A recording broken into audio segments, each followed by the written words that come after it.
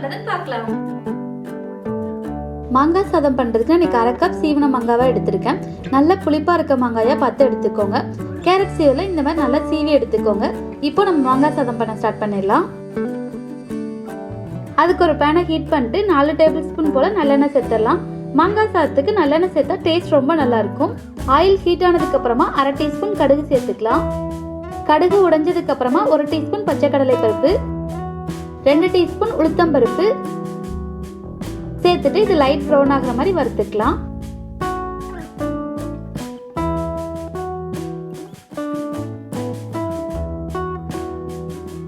பச்சைக்கடலை பருப்பு உளுத்தம்பருப்புலாம் இந்த மாதிரி லைட்டாக செவந்ததுக்கு அப்புறமா இது கூடவே 2 வரமிளகாய் சேர்த்துக்கலாம். கூடவே 1/4 டீஸ்பூன் பெருங்காயத்தூள், கூடவே நம்ம சீவி வச்சிருக்க மாங்காயை சேர்த்துடலாம். சேர்த்துட்டு அப்படி நல்லா கலந்து விட்டுடலாம். மாங்காயில இருக்க தண்ணியெல்லாம் நல்லா வத்துற வரைக்கும் வதக்கி விட்டுடலாம்.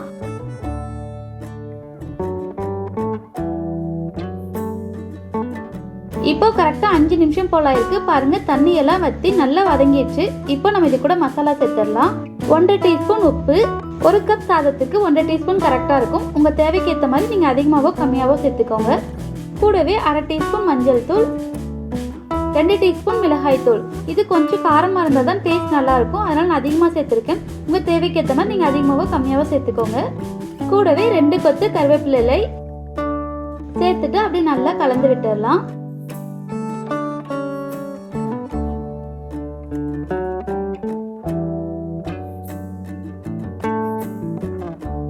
வதக்கும் போது ஃப்ளேம் கொஞ்சம் கம்மியாக வச்சுக்கோங்க. நீங்கள் ஒருவேளை அதிகமாக வச்சிட்டிங்கன்னா அடிப்பிடிக்க சான்ஸ் இருக்கு.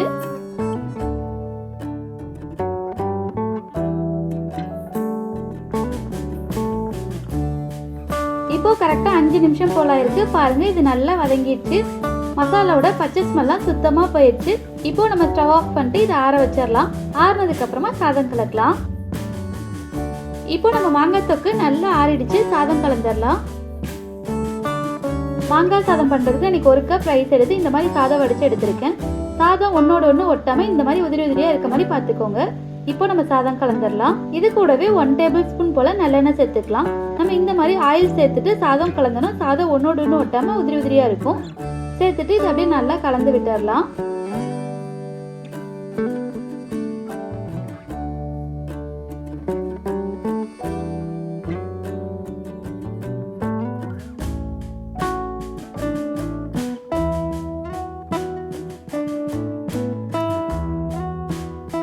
இந்த மாதிரி நல்லா கலந்ததுக்கு அப்புறமா இது கூடவே நம்ம ரெடி பண்ணி வச்சிருக்க மாங்காய் தொக்கு சேர்த்துடலாம்.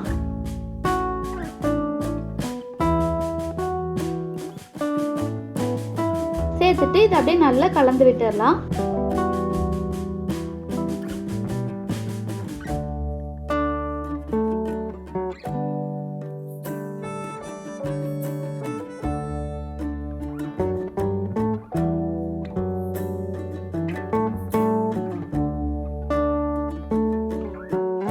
இந்த மாதிரி நல்லா கலந்து எடுத்துக்கோங்க.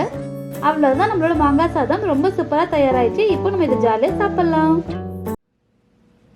நம்மளோட மாங்காய் சாதம் ரொம்ப சூப்பரா தயாராயிடுச்சு. பார்க்கவே ரொம்ப சூப்பரா இருக்கு. இந்த ரெசிபியை நீங்களும் உங்க வீட்ல ட்ரை பண்ணி பாருங்க.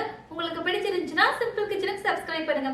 இதே மாதிரி ஒரு சூப்பரான ரெசிபியோட அடுத்த வீடியோல உங்களை மீட் பண்றேன். See you friends.